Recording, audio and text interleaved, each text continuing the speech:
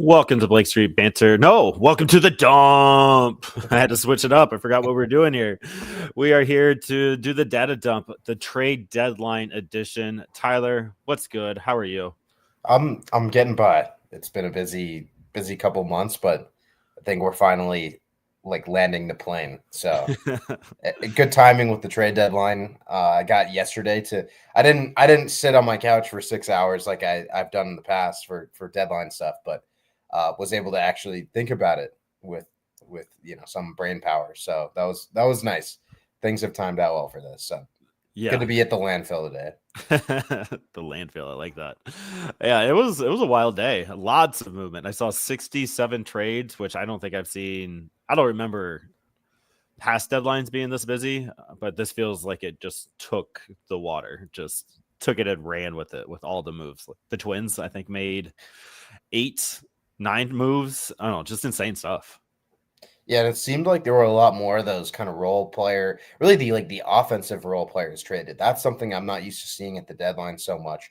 When you see fourth outfielders getting traded and kind of platoon infielders, it's usually when teams trade for bats, they're getting a guy that's a starter or like the sixth or seventh best hitter in their lineup. That Yep. that might platoon a little bit, but this was teams going like the Dodgers got Alex Call, and that is not a guy who likely will be in their starting lineup much. So a lot of those types of trades, which it makes sense. I've always thought there should be more trades like that. Go get a tool or a skill that you value. Indeed. But Yep. yeah, a lot of chaos yesterday. Okay, so let's just talk about one non-Rockies trade, maybe two. How ridiculous was the Padres for the Athletics trade? So I keep going back and forth with it. I personally was okay with giving up DeVries for Mason Miller. I think if you're the San Diego Padres, they have a track record of just being absolutely crazy with the prospects. But you have playoff aspirations. You were so close last year. What is the one thing you need in the playoffs? Armbar stuff, right? You are getting into the armbar in the fifth inning. Their armbar is already insane all the way through. It's just nuts what kind of talent they have. And then you just extended your playoff chances an extra inning with Mason Miller. I think you give up DeVries for that opportunity. When it sounds like maybe next year they kind of convert him to the rotation again type of thing, because Mason Miller was a starter until like a year and a half ago. The A's were like, screw it, this guy's closer stuff. And so the Padres might try and swing him back into the rotation. And if you can do that successfully, then it makes all the sense in the world Right. to have traded Leo DeVries. I mean, Mason Miller is arguably the best stuff in baseball. And if you can get that for 40, 50, 60 pitches, like, you might not be a guy throwing 90 pitches in a start, but you can get like 3 innings out of him twice a week. That could be really, really valuable to a team, more valuable in some ways than a closer. I mean, they've got like 3 guys who could close games for them. So I don't think that they're feeling pressed for a closer. Right. And losing DeVries, I mean, it hurts, but we see it all the time. Prospects are so hit or miss. And we know they gave up 3 more top 20 prospects to the A's, but we know what that looks like. We know what prospects 10 through 30 tend to be or not to be. And I don't know. I like it. I would hate it as a Padres fan who likes the kids and stuff. Yeah. Doing what we do for the Padres absolutely would suck, because getting to know the stories and the grind to the majors, you don't get to see your fruits come to fruition. However, you're talking playoffs, you're talking World Series every single day, and you have a GM who has that at the top of their mind. That's kind of fun. I mean, I will say they are like the weirdest organization, and in some ways they are very stupid. They're a team that year after year they're lacking the glue, and they Yeah. just keep trading away guys that could become the glue for players that really aren't. They're not. Their trades have not been overly successful. No, they I really mean, haven't. I don't think they've really nailed the trade to this point. I mean, they traded like 3 All-Stars for a player who's not even on their team anymore.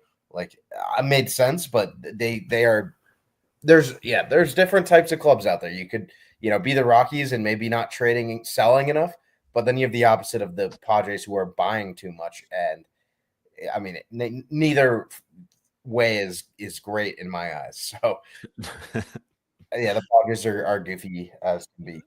Yeah, it's fun to watch from not being a Padres fan. The Rockies, did they do enough? So we had 3 moves. Ryan McMahon, Jake Bird, and Tyler Kinley have all been moved.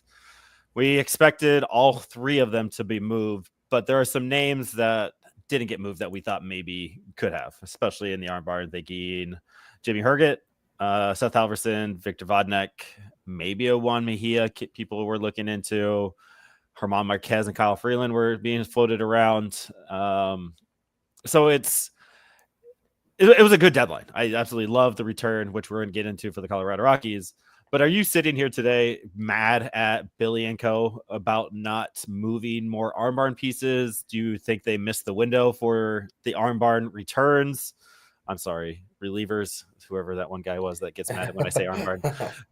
But did the Rockies move enough? I want your take first, and then I'll rebuttal to it.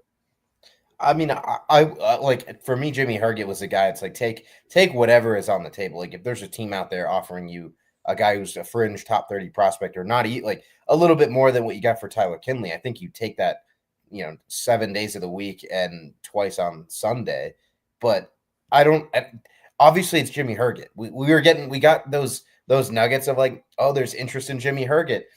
No one really knows the extent of that interest. Yeah. It's not like he's a guy who's going to pitch in the 7th inning even for a playoff team. He's a guy who could give you depth in the 6th inning, and maybe some depth in the 7th inning. But there weren't a ton of guys like that traded yesterday. And with Halverson, Vodnik, we saw Camilo Duvall and Griffin Jax traded in the final 2 minutes of the deadline. So not even all of the bullpen dominoes fell. I mean, maybe the Rockies were kind of fielding some final calls on Halverson, but the guys who are more likely to be dealt that aren't less than a full season into their MLB career, those guys got traded 2 minutes basically before the deadline. So I don't think that whole market fully even manifested itself this season. And frankly, with Seth Halverson, I don't think he's pitching that well this year. We talked about Mason Miller. That's a guy that I always draw my mind to, and I think of Seth Halverson. Look at what Mason Miller just got in a return. If you can get Seth Halverson to pitch just a little bit better than he's pitching right now, you've got yourself Mason Miller light, and that's so much more valuable than what you would have traded him for yesterday. So I think it's so worth the gamble to try and get Seth Halverson back to what we saw. He was dominant last year, completely dominant, unhittable last year, and that was with a little bit more precise feel. So frankly, I'm glad they didn't trade Halverson. I don't think they would have gotten as much as he can potentially offer you.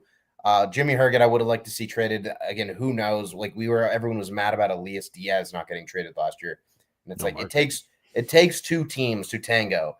And maybe the Rockies were not willing to accept another Austin Smith for Jimmy Herget, like a complete throw-in type of guy, but I don't think the market was there in the way that everyone just assumes that it is. Yeah, that's what it feels like. And I agree with your Halverson take. I was just looking at Griffin Jax's contract. He was arbitration eligible last year. I didn't know he was 30 years old. For some reason, I thought Griffin Jax was 23. I didn't know he was around that long. So he's in arbitration right now, where Seth Halverson isn't. He's still under team control for another few more years before he hits the arbitration level. So there comes a little bit more with the Seth Halverson, right? You're going to ask a little bit more for Seth Halverson than Griffin Jax at the end of the deadline, just because of that contract, that controllability. Victor Vodnik, I don't know. I just think there is a future with Victor Vodnik 8, Seth Halverson 9, and that's your bullpen, and you feel comfortable about that. And I think that is in your contention window in 2027. I know everything I hear was, if they have a pulse, they need to be traded. If you can get anything in return, that can be traded. And I'll get into my take about that with Tyler Kinley. But you're not mad that those 2 didn't move. I think I agree with the Herget thing. Anything for Herget, because obviously he's not doing it. But if you move Tyler Kinley, you need some kind of veteran presence to come in and just shut the door when you need to get bad outs and just terrible outs. You need somebody to come in to get those outs. Jake Bird left. He's no longer coming in for 2-3 innings. Jimmy Herget could probably go 1 or 2 innings for you if you needed to. It doesn't put the pressure on Carson Palmquist at the end of this year to fill in that void. This is what that veteran presence is all about. This is what you sold me on a few years ago about just bringing starting pitchers to eat innings. I think Jimmy Herget, that Tyler Kinley's gone, is the inning eater in the bullpen. And I think I'm also okay with not moving him for that reason. I mean, ultimately, we don't want to talk too much about the benefit he gives the Rockies this season, but there's not much benefit he would have brought back in a trade. Yeah, exactly. The Tyler Kinley trade he would have been worth a little bit more than Tyler Kinley, I think. But also, I'm not sure. Tyler Kinley, the peripheral numbers are good. The peripheral numbers on Jimmy Herget are less good than his actual numbers. So I don't think they were super far off in value. We're going to talk about Tyler Kinley in a bit. I wouldn't have been that excited about another Austin Smith coming back, and I will be on the more pro Austin Smith side, but I don't think that the Jimmy Herget trade necessarily would have been that fruitful. And I want to make one more point kind of on these guys. Victor Vodnik, we kept hearing like, oh, maybe he gets traded, and people are like, we should have traded him. Who was trading for a reliever with a 1.56 whip? Like, the guy has struggled to pitch like in the margins. Victor Vodnik is not ready for late innings on a contender, like remotely. No one was really that interested in Victor Vodnik. I mean, maybe some team that, they might have thrown out kind of a return that was far below sort of the potential value of Vodnik, but it's a 1.56 whip. And Seth Halverson's not a ton better than that. Halverson has 3 pitches that teams would be like, yeah, this guy could be really good. Vodnik's a little bit different. But again, both these guys, the value, it's not quite there to justify trading 2 25-year-old relievers who can average 100 with their fastball.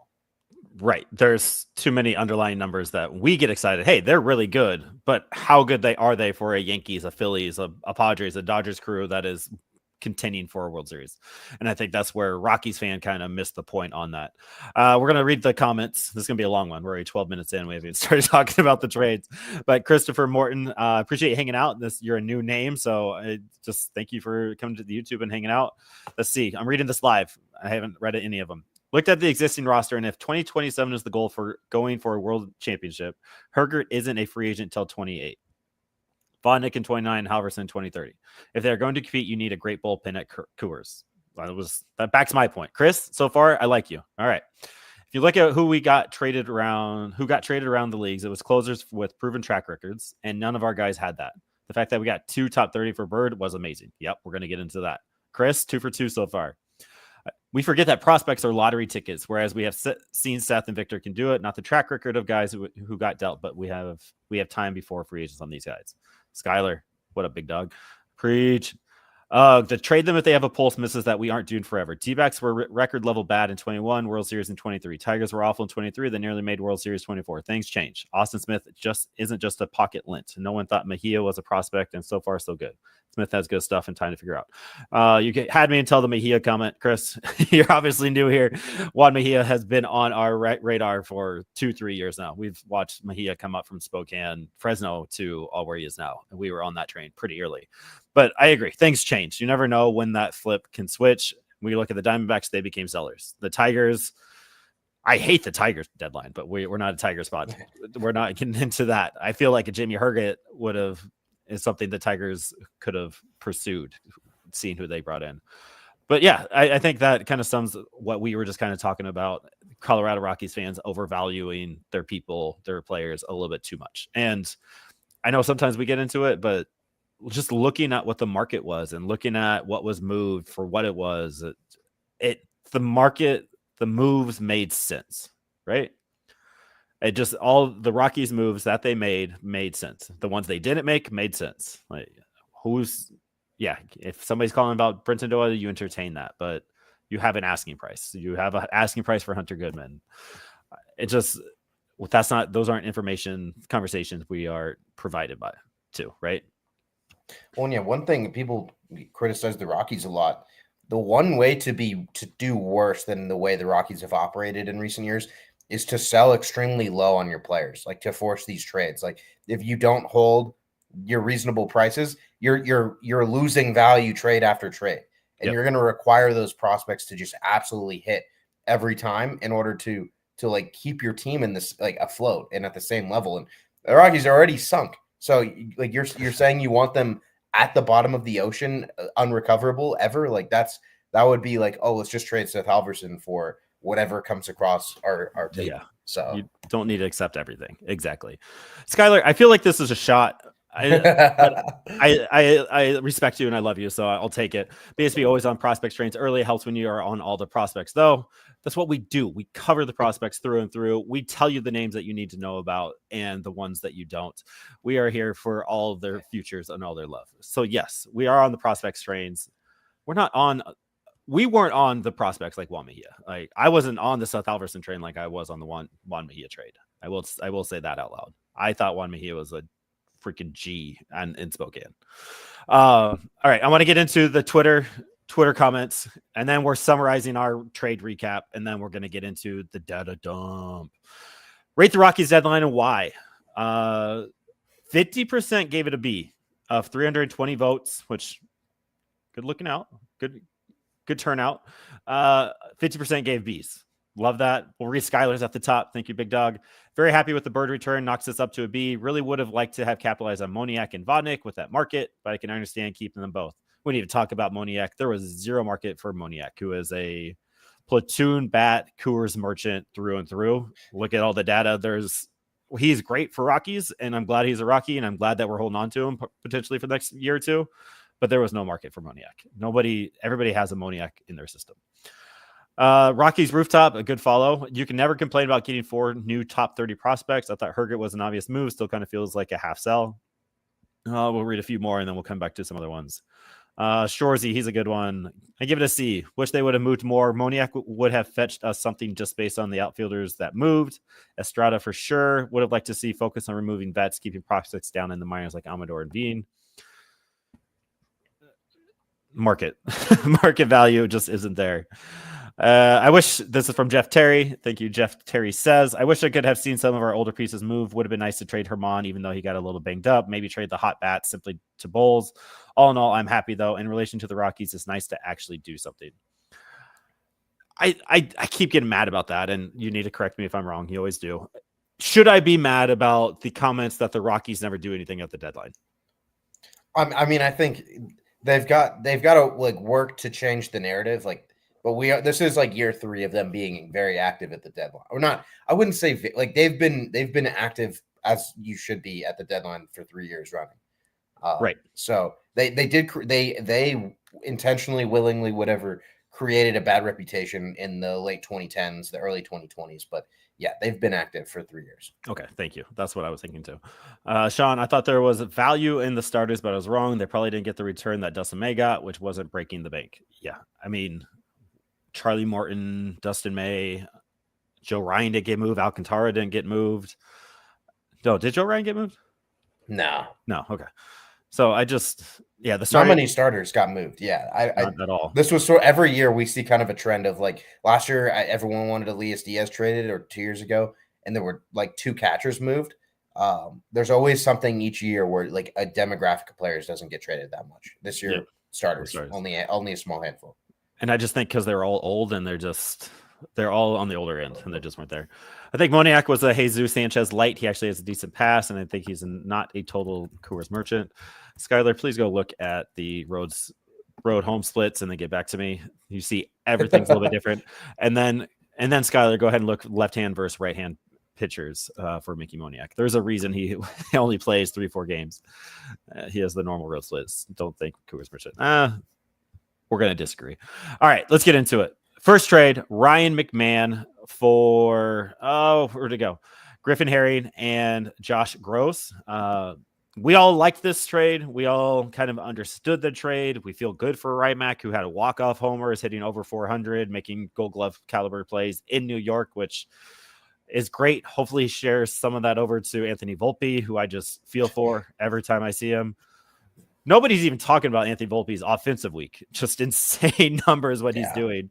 But the defensive measures, like hopefully he's just taking some tips from Ryan Mack right now. But it makes sense for the Rockies to move on from Ryan Mack. I mean, what I saw, Ryan Mack has a career high average exit velocity of 93.9. His 18.7% pulled fly ball rate will play at the Yankees porch out there, and then he's barreling balls 13% of the time.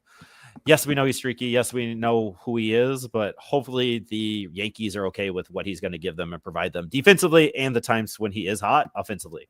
Seeing Rymack back in the playoffs is going to be an absolute treat for all of us. But the gem of that trade was Griffin Herring.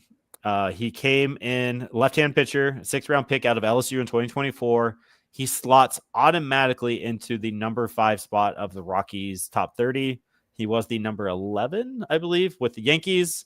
So kind of give or take what that means about our systems.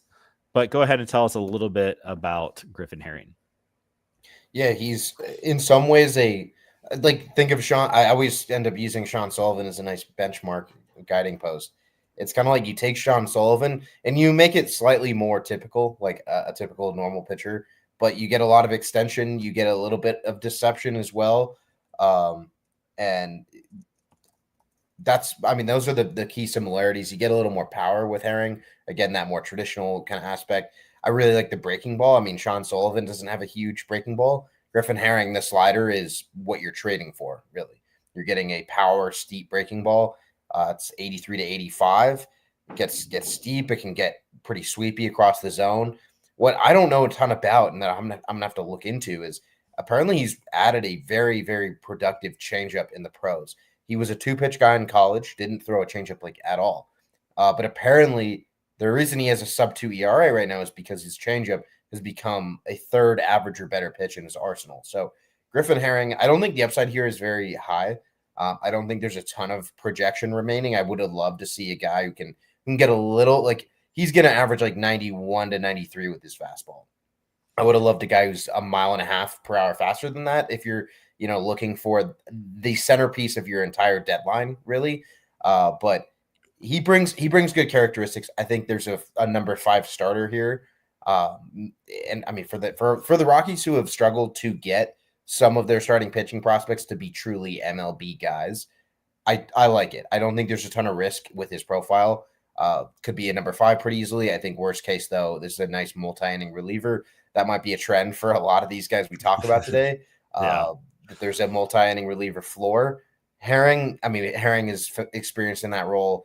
I think could tick his stuff up a little bit in that role. So ultimately, you get a big league contributor almost no matter what. Which is what you're looking for at the trade deadline, especially for a centerpiece like Rymack. And you also dumped the Rymack salary, which we'll talk about Kinley's as well. So they moved some money. They opened up some money. They opened up the books a little bit. What impressed me about Griffin Herring was his 28% strikeout rate to 10% walk rate, which is a little bit high. But I love the 82% left on base percentage, which I think gets lost in pitchers. Sure, we can let you on. We'll get you, might have to fill in and try to get you off the base, filling in for somebody else coming in relief. But 82% is a pretty high mark. You like to see that. And then his CSW was 30%. 30% is the mark for a good pitcher. So he's doing all that while adding this new changeup, which gives me hope.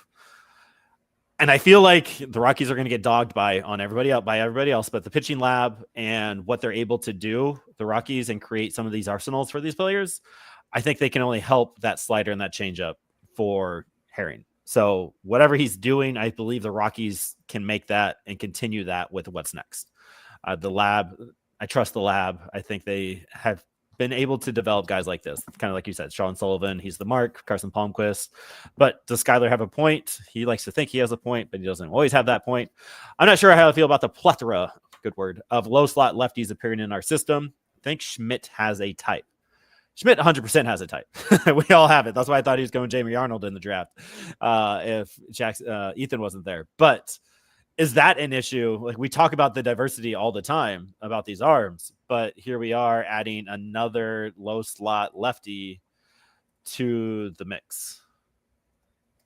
I mean, I think it's what we have to do, because you can't rely on a guy with 20 inches of induced vertical break to make his fastball dominant. You need a guy who can get his fastball to run up because of his arm slot. That's just, you gotta count your losses, and Coors Field and altitude is one, but you don't add guys who are relying on spin to win at bats.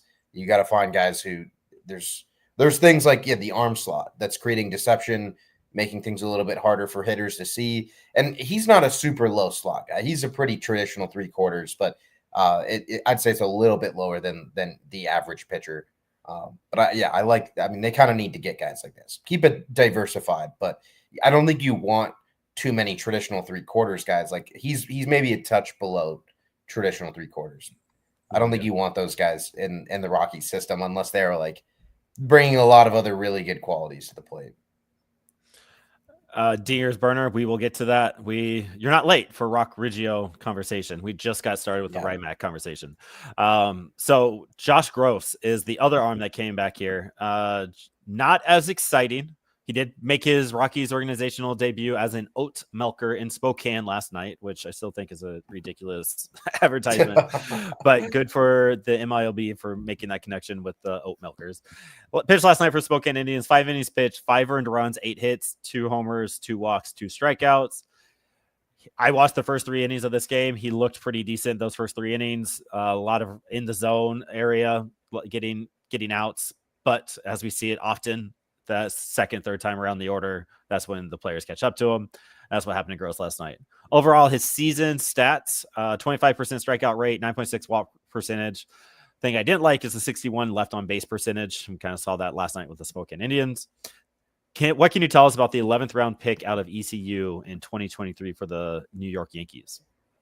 He's a guy that, I mean, the Rockies don't have a ton of players like this who can really pronate and get the ball to the arm side, like trying to get it to move, with your arm. And that's, you think about changeups are always gonna break arm side, and then fastball run always looks really nice when you get that tail on it. And he's a guy who makes that happen.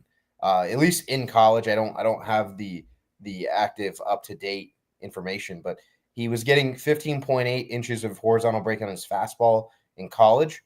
The average is around 9. So that's pretty huge, above average. 17.9 on his changeup, where about 15 is average. The changeup also averages in the upper 80s, like 86 to 89. So that pitch is what I'm most excited about. It's the one thing that's tough about changeups is unless it's truly like amazing, it's not a pitch that can just play by itself so easily. Like you have to be able to set it up with the fastball. But I think between the fastball and the changeup, he's got a really good 1-2 pairing. Josh Gross, he lacks a little bit of a breaking ball. Like he has a mid-80s slider, but it's a third pitch, and it's something that the Rockies, if they can find a way to improve it a little bit, maybe buy into more of like a slurve shape, get more vertical with it, steeper, more ground balls, that could work. The slider's not great, but you have at least an average fastball and changeup here.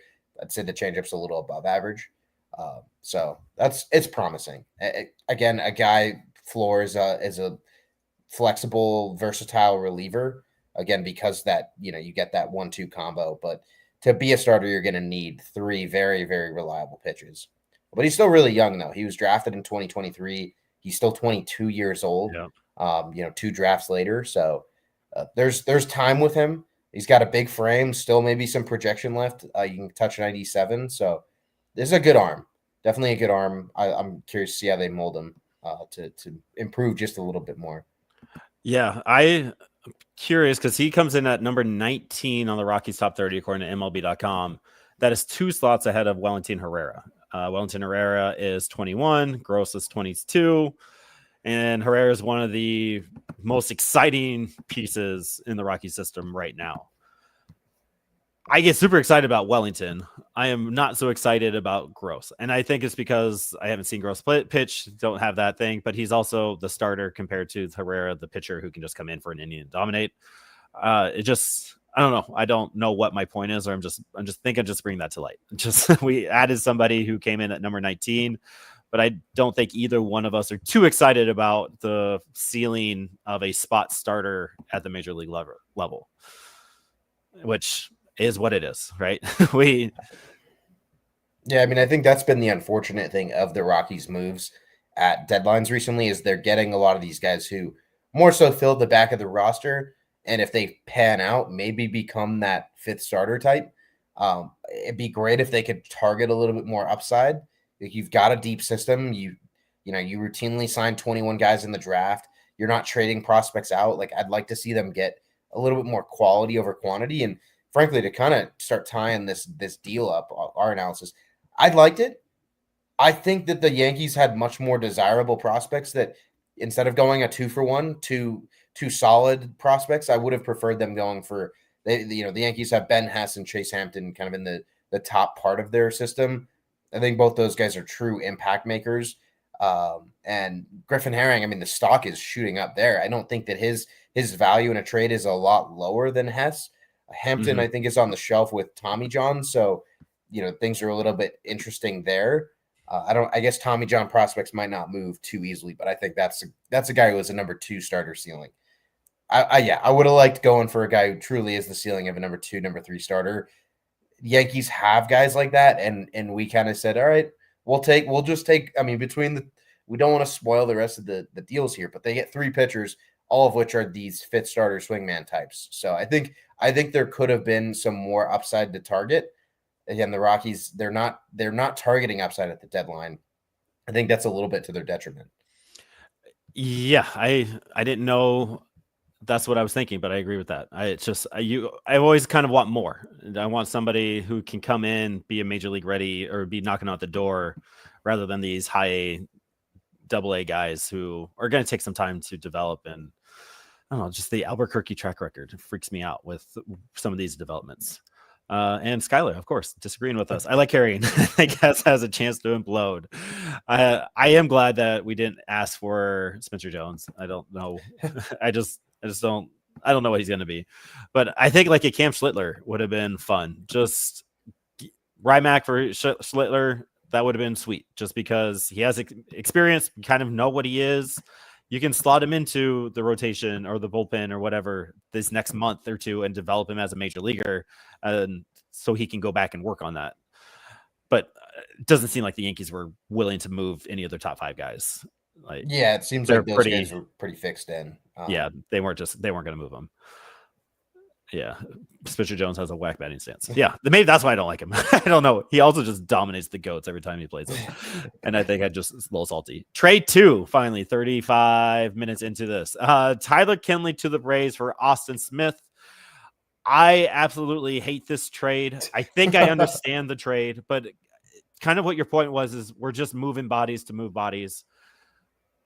And this is no offense to Austin Smith. This is just the track record of these not ranked prospects that across the board and across all major league talents, you're just not going to, the chances of Austin Smith making a major league impact is super, super slim. There's a solid chance. Again, track record says he's going to be cut in a year or 2. My argument is, does Tyler Kinley give major league veteran arm barn experience, molding Vodnik, Halverson, Hill, Dugan, Darnell? Is he able to help mold those guys for another year? Where $5 million for that, I think, is more valuable than a very super fringy guy who just doesn't have the track record that gets me super excited. I think this is the one move I don't think you just move for breadth. And then, again, we saw Connor Joe for Dylan Spain. Where's Dylan Spain? There's another one in there that we traded. Alec Barker just got DFA'd. He got cut. And he was in the Moose trade? The Brad Hand. Brand Hand very trade. Similar to this. Very similar to this. And Brand Hand is retired. I don't even know if he's in Major League Baseball, but Kinley has at least 1 year contract left. So I don't know. This one, I was like, I don't like it. I get it. It seems to be a salary dump. $5 million off the books because it was a club option for next year. So you had him for two more months for sure. And then possibly again next year for 6 to 7 million more, probably. Rockies probably aren't picking up that option. So you get anybody and you save $5 million. So you're saving some money. Rymack and him, you're probably saving, what are we at? 15, 20 million a year at this point. Yeah. In that savings, which is good. What do the Rockies do with that next offseason? I don't know. But that's the idea that where I just don't think I like it. And I want you to explain to me why I'm wrong. I mean, I want to say first that Tyler Kinley seemed like such a great guy. And he has good stuff. Absolutely think has good stuff. I think he's not a pitcher though that works at Coors Field at all, and this guy would have been fine with them DFAing a couple weeks ago, a month ago. So just to trade him and get possibly anything and not be on the hook anymore for the buyout that his option is going to come with. I mean, that's kind of a marginal thing, but you save 500, 750K. I forget how much it is, but save a little bit like that if you get rid of him now. And Austin Smith, I'm not huge on him, but he can get up into the upper 90s and apparently has like 7 feet of extension on his fastball. So you might be talking about a plus fastball here. Not sure that the secondaries are in line with that, but you might have a plus fastball here. The Rockies they sometimes have pulled some things off with guys, especially fastballs like this. So I think he might be a little bit better off than Alec Barger, but unfortunately, very reminiscent of that deal. Again, I wouldn't mind the Rockies going and getting a 19-year-old prospect that is from their international pipeline, from Atlanta's international pipeline, a kid who plays shortstop, center field, or is a starting pitcher right now, where there's a super low floor, but hey, maybe this guy ends up decent. I think when you compare the value of an Austin Smith to that, it's not far off. Austin Smith, yeah, maybe touches a big league roster, but it's not super likely. I would have rather taken a dart throw. Ultimately, though, this is that one trade that is like so marginal, and I'm just glad it showed an initiative to move players and move money, because that does have a benefit. And he's a guy, Tyler Kinley. You're not, I don't think there's much of a benefit to keeping him. I don't know that I need him shaping our young pitchers with a 1.55 WHIP the last 3 seasons. And about a 6 ERA. But I mean, if he could teach anybody that slider, that's a plus pitch in the league, and that slider is nasty, and I'm here for it. I agree with your sentiment. I'm not digging in my heels to my take. I see both sides, and I'm okay with moving Tyler Kinley. I don't know the other narrative. Maybe this is where I get mad. It's because my question was to you earlier: do the Rockies just not move pieces at the deadline? And then everybody's like, oh yay, they finally moved somebody at the deadline. It's like, bitch, please, they've been moving arms at the deadline for years. And so this didn't give me any confidence that the front office is doing anything different, because this is exactly what the front office has done the last few years. So like that part of the argument, I think maybe just made me more mad, which made me not want to believe that was a good trade. I think that's more of it. And I mean, Isaac with the fun little stats. Thank you, stat nerd Isaac. Tyler Kinley and Austin Smith were both drafted at the 15th round. Both started their age 26 season high A. Weirdly similar come ups. Maybe. We don't know what we have in Austin Smith yet. But if he turns into Tyler Kinley and can pitch out of the armbar for 5 years at altitude and be somewhat efficient for most of it, I think we're all okay with that. No reliever in baseball has as many earned runs as Kinley the last 2 seasons. I think relievers are just a mess all the time. Kinley gives up too many free passes, fly by pitcher, recipe for disaster. Okay, so Isaac doesn't like Tyler Kinley. He loves this trade. All right, got it. Burge, I could be wrong. Usually M. Me too, big dog. Same boat. But it seems that contending teams are much less likely to trade multiple prospects than 10, 15, 20 years ago. Yeah, we're not seeing the top tier moves. I think this was the first year we saw a top 5 prospect, a top 50 prospect, and 2 top 100 prospects actually get moved. Some kind of number like that. Last year, 0 top 100 prospects moved, and the year before that, 0 top 100 prospects moved. So teams are honing in and holding on to their top prospects a lot more. Or I think the Rockies should be moving their top prospects a little bit more. But go back in about 20 minutes ago to our Mason Miller conversation. I think that's kind of sums up the prospect stuff. All right. Anything else on this trade or Austin Riley or not? Austin Smith? Austin Riley would be sweet. Hopefully he can be Austin Riley. Yeah. Let's take that on and put it at third base. Yes. Felix Contreras, Rockies Nation. What a big dog. All right. Last but not least, this one I think we all are pretty excited about. I'm really want to hear about your Ben Shields information here.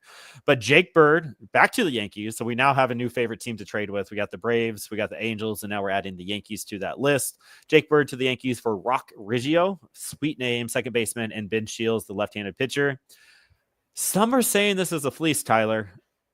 Some are saying. Are we agreeing? I mean, I think these reliever trades got a little bit out of control. I don't think I mean, I remember seeing Eli was a little bit like a little skeptical on part of this trade in Ben Shields, older player, undrafted, not a high pedigree player. I think the Rockies probably could have gone higher, like a higher pedigree, more pure talent. But I do like this trade a lot. And again, I think these like frankly, what Jake Bird's going to give the Yankees, he might be great this year. He might be good next year. But we also saw Jake Bird like year to year. Jake Bird has been inconsistent, and that's the nature of the good but not great reliever. Is they're going to have good seasons, they're going to have bad seasons, they're going to have great seasons. But what are you really getting? Like, who's to say Jake Bird is a Yankee in 2027? Which is sort of the price that they paid for Jake Bird here, giving up Roc Riggio, who is probably the fourth, fifth best offensive prospect they had. So that's a really good return for the Rockies on its own. And I do like Ben Shields a lot because he has improved a ton in that Yankees system. It's a system that has turned a lot of pitching prospects into gems. Cam Schlittler, where did he come from? 7th round, and now he's basically a top 100 prospect. Chase Hampton, 6th rounder. I think he was a top 100 prospect at one point. They are a team that they've done a really good job turning fringe pitching prospects into very legit pitching prospects, and Ben Shields is kind of next on that list. But let's start with Roc Riggio because people should be a little bit more excited about this. This is the guy that's going to be in the big leagues soon. He's going to be given an opportunity soon to be that Rockies. I don't. We'll talk about his role. I don't know if that's really our place on this pod to talk about like his long-term role with the Rockies, but very, very rounded offensive prospect. Like there's nothing offensively that he is lacking. Like he has a track record of hitting every pitch type. I think that's a huge thing. That's something you don't really get to, just looking at regular stats, you don't get to know that necessarily. But in college, he was hitting every pitch type really, really well. The power is it's interesting because the actual raw exit velocities there are not that high. Like he was, coming back from draft coverage, talking about 90th percentile exit velocity. It's probably the best metric to gauge raw power. He was 103.9 in college. I'm sure he's ticked up a little bit from there, but that's more like 45 pop. He's hitting a lot of homers in the pros though, and a lot of that's because he elevates the baseball really, really well. And a thing that I've wanted to see the Rockies get into more are these swings that hit fly balls. And Riggio has a polished swing, especially now a couple years of development. His swing is polished. He's getting the ball in the air a lot, which please just like get more of that at Coors Field. Like stop getting guys who are 45% ground ball rate when you're taking into consider like Coors Field's gonna have hitters hit more ground balls than they would in other parks. Roc Riggio is going to hit a lot of fly balls, line drives.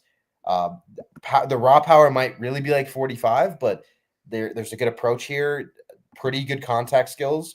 He's not like a super good pure hitter, but he's probably close to an average pure hitter, roughly average raw power. I like that from a second baseman.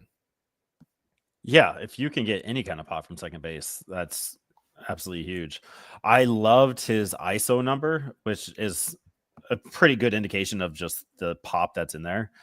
He has a ISO of 303. So the difference between his slugging and his batting average is 300 points difference, which is just insane numbers. I don't know if he keeps that up. I don't even know. I think a good ISO, like solid ISO, is what, 180, 200. I just made that number up, but I know 300 is super big when it comes to ISO, which I loved. I like his plate discipline. It's not 12% walk rate, 22% strikeout rate. Like you live with that if you're able to do whatever. I had the same idea, Chris. I was trying to think of the name, and then you gave it to me. Yeah, very Dan Ugla-esque. His vibes are off the charts as Dinger Burner. I know who Dinger's Burner's favorite Rockies prospect is at this moment. It's Roc Riggio, which I'm here for. He does have the vibes. He does seem like just a high energy, high ball of energy going all the way, all the time, which I absolutely love and fans love. Like you want to see that intensity. So some of those intangibles kind of that I like to see in players, just the eye test, so to speak. Roc crosses those, and the Roc for the Rockies, I mean, it's clear, it's there. So Roc, middle name Keys, Riggio. Ooh, yep, there it is. There's the nickname. We're making that happen. It's there. And and the biggest thing, and maybe I'll end it here with my little speech, is the fact that the Rockies traded for a position player is what is the front office making different kind of moves. I think we were talking about it in the BSB chat. What was it, 3 years at the trade deadline since we've seen a position player brought in at the deadline, which is just insane. But there's also that argument, like not a lot of position players get moved because each position has different value every season. But it's the Rockies brought in something that they haven't brought in for a few years. That's the kind of stuff I get excited about with the Rockies changing their ways. They're moving somebody for something that they haven't done. We need more bats. We need more arsenal ready to come up because we're thin. We are thin offensively at the prospect level. I think we're pretty deep arm barn wise. I think we're pretty deep starting pitching wise. We have a lot of 3, 4, 5 guys. Bats wise, you have no idea what you're getting out of who's up there. I just lost it. Veen, Yank, Amador. Like you're lost at what these guys are. You were excited for them for a few years ago, but where are we at now? Drew Romo. I mean, Cole Carrick, he's lighting up the things, but what is he? We have no idea. So adding a Roc Riggio who slots in at number 11 in the Rockies top 30, according to MLB.com, I think is huge just for the Rockies moving forward. And I'm here for that. You have Ryan Ritter, Adele Amador, Roc Riggio now just ready to battle and go to town and let's figure this stuff out. And let's go make each other better by being competitors. Yeah. I mean, the Rockies still have the worst park adjusted offense in the league, and that's like 3 years running. So we hear a lot about pitching, but they have neglected the offensive side. Roc Riggio could be in the big leagues. I don't think he'll get there this year, but I think he's an early next year type of guy. Just proximity bats are that ends up being kind of the gem of most deadlines is a proximity bat who was traded with an upward trajectory. Those guys have frequently turned into good players. Roc Riggio coming into the season was not a guy the Yankees were going to hold close to them, but he has crushed it this year and, is on track to potentially be a top 100 type of guy if he can continue to perform like this. So that trajectory and already being pretty close to the big leagues, that is something the Rockies absolutely should have been on at some point the last couple of deadlines. I wanted to see a first base bat in that mold taken because then you're even more like Riggio is not giving you athletic value, defensive value so much. He's a fringe second baseman. He's going to play there and he might DH some. First baseman, it's even more so like you get less athleticism, defensive value. It is truly the bat that you're getting. I would have loved a proximity first base bat. That's really nitpicky, and I don't think you should approach trades purely trying to get a certain position type, right? Just get value. But yeah, the Rockies needed a proximity bat. They got it. I think I think that boosts the I won't get into like the whole deadline grade right now, but that makes me want to put my grade up a little bit more. Just getting a guy like this, the track record historically for players like this traded at the deadline, it's good. Yep. So happy about that. Also happy though about Ben Shields. This is an interesting, I already kind of rammed on them for not targeting upside, and Ben Shields doesn't have a ton of upside, but he's a very surefire reliever to me that can be good at the big league level, but not your typical 1-inning reliever. I think Ben Shields could be a multi-inning reliever and possibly even a spot starter, but not in the spot starter is we've talked about that on the pod. I know Lewis and I have a joke about that of like the Peter Lambert role. I think he's better than that. This is like that's the value of having a multi-inning reliever, and that's what teams need to be trying to craft and cultivate. And Ben Shields exactly that. 2 nasty breaking balls.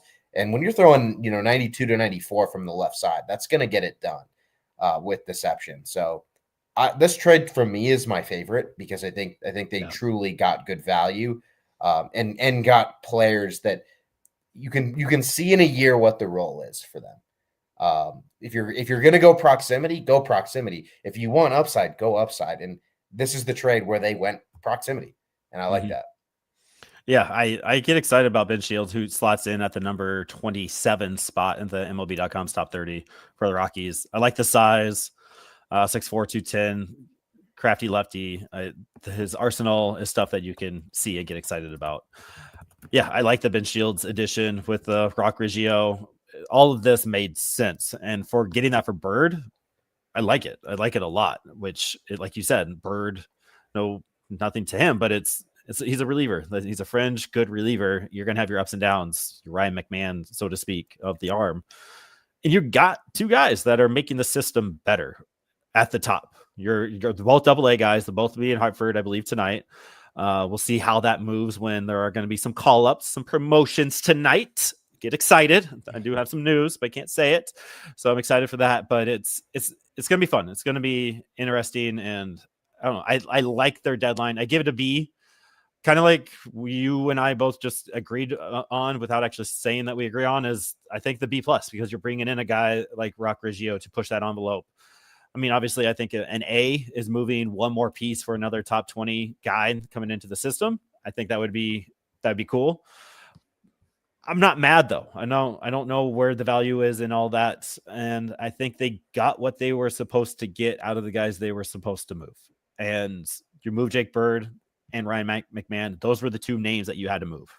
Tyler Kinley's gone. Everybody's happy about that. So it's, I don't know. I give it a B. I give it a solid B. Yeah, I mean, I didn't want to spoil my grade because it's better to save it for the end. I was at a B, and talking about Roc Riggio pushed me up to a B+. That you didn't just get like more pitchers, that just going the quantity over quality approach of pure pitching. I don't think you can go wrong with that, but I think getting the second baseman who should be there again May, June next year, and can potentially change the dynamic of your future lineup. We just, of course, released a future lineup article on BSB, and now Roc Riggio probably changes that a little bit. He's up there with Adael Amador in terms of how are you going to shape that second base spot, and Roc Riggio absolutely has a chance to assert himself as the second baseman of the future. I'd still lean Amador. He needs to be given a freaking chance. Preach, brother. But Roc Riggio, I think there's also a little bit less variance. Like when you see Amador, he does do weird stuff. Like Amador, it's like, just try to stay more consistent in your approach. He doesn't do that always. I think Riggio will be a little bit more steady, less variable in the way he goes about the game, and that might be a thing that gives him some props and some kudos from coaching and all that. So it might be Roc Riggio as the second baseman of the future. Which is big because you're a big Amador guy. Yeah, Amador is 22, Riggio is 23. How old? Yeah, they're both fresh 22 and 23-year-olds, so about the same age. I mean, and we talked about it with Aiden Longwell. I talked about it with Aiden Longwell the other night. If you haven't checked out that banter session, please do so. Love that guy. He's very aware that he's a contact bat first. And so this offseason, this year, he's been trying to add power to his swing. The numbers show that he's adding power to his swing, but it's the adjustments that he's needs to make and be okay with. Hey, sometimes I'm going to strike out, sometimes I'm going to miss, but that's okay as long as I'm swinging at good pitches. And I had the conversation about it was like, well, Amador feels like he's in the middle of getting that power swing, but doesn't quite trust himself to do the power swing. And we see Amador's kind of downfall happening because we see him swinging at bad pitches. He lost his control to gain power, but isn't sure how that's working. And I think some of that is because he's a top prospect. He was knocking at the door. He had to do it quickly. And so he's just not as refined or able to really hone into that approach like Aiden Longwell. I'm at high A. I'm a 17th round pick. I can kind of do what I want. And if it works out, great. If it doesn't, it's fine. Where I think there's a little bit more pressure on Amador. We've seen Amador be able to do both, but he hasn't had the chance to do it consistently at one place or the other. Yeah, so. Exactly. So that could make this deadline even more exciting, knowing that there's a guy who could. I don't want to see Amador kind of pushed out, but Riggio, if he pushes him out, I think that's a good thing. Like it means something good happen. Right. It might not mean everything good, but and that's my favorite ad of the deadline. And prospects are 50-50. You have no idea who's going to do what, when they're going to do what. And so if you're hedging your bets, so to speak, Amador or Riggio, you're heightening the chance of having a solid second baseman at the major league level. Let's go back to some of these comments. Roc Riggio played at Okie State, which is where Matt Holliday, plus he knows Ethan, very excited. The family continues. It runs deep. Go Cowboys. Main reason I wanted Moniak was to clear for Veen, by the way, since I was made fun of. Skyler, he will always be made fun of, but always with love. I agree with that. I 100% agree with that reasoning. I just don't think Moniak has that value. Only thing that scares me about Riggio is his size. Definitely very Keston Hira-esque. Yep, I just looked it up. He is 5'9". Where'd he go? 5'9", 180 pounds. He looks like he's built like he's 220. There's some muscle with that 180, but the 5'9" piece a little scary. I agree. I will agree with that. Yes, yeah, Dukes. I don't know if that's official yet, but I feel pretty good about it. I don't know what this means. Gonna have to break out Bob's first giveaway for X tonight. You know what that means? Must have been BSBs. Was Skylar the recipient of the first BSB giveaway? Were you, Skylar? I know you've been around for a while. You're an OG for sure, but I didn't know how. Are you? I know France got some Dukes apparel and stuff. Tyler knows. Yep. All right. Yeah. All right. Yeah. Break it out, big dog. It'll be sweet. It is the only one jersey that I will buy. I refuse to buy jerseys. And there's only one guy all the way through with this, because we've had Noah Davis, we've had Hunter Goodman, we've had Carl Kaufman, Coco Montes, all these guys that we talked to, Shunk, made their debuts. There's only one guy. And as soon as he does it, I already have it ready to go. I need to know the number. I need to get it personalized. I'm hitting that button, and my wife needs to be okay with it. And it's happening. There's only one jersey. And so as soon as I get that call, as soon as I get that notification, it is on. This is what's next. I don't think we're going to get into this data dump pod, but Dinger's Burner brings up a good point. We saw this last year with Elias Diaz and some of the other moves, but Arcia needs to be DFA'd so Amador can get a chance, but there's also Ryan Ritter, infield getting clogged with too many prospects. Yes, 100%. There are a few people that can be DFA'd at the deadline. I wonder how the Rockies kind of play that. Is Braxton Fulford just going to push Nola out the door? Arcia, I don't know. Farmer, don't know what their future holds. And so moving those guys out to make room and give these experiences, which the Rockies love to do in August and September, get ready for even more call-ups coming up. There's going to be some DFAs and some movement happening for sure. All right. Anything else for that? Yeah. Anything else for the good of the cause? I mean, this was a solid deadline. Probably the best one I think they've approached in 3 years. These last 3 years. Last year's was a little bit lackluster. It was fine. 2 years ago they traded a lot of guys, but I don't think they really got the right. Again, they went quality or quantity over quality. This was a deadline. I think they managed to blend a little bit of the two, just a bit better. Okay, so I have more questions. What did the Rockies do better, the draft or the deadline? Because I know you like both. I don't know, honestly. I think the draft was middle of the road. Like I didn't think the draft was amazing.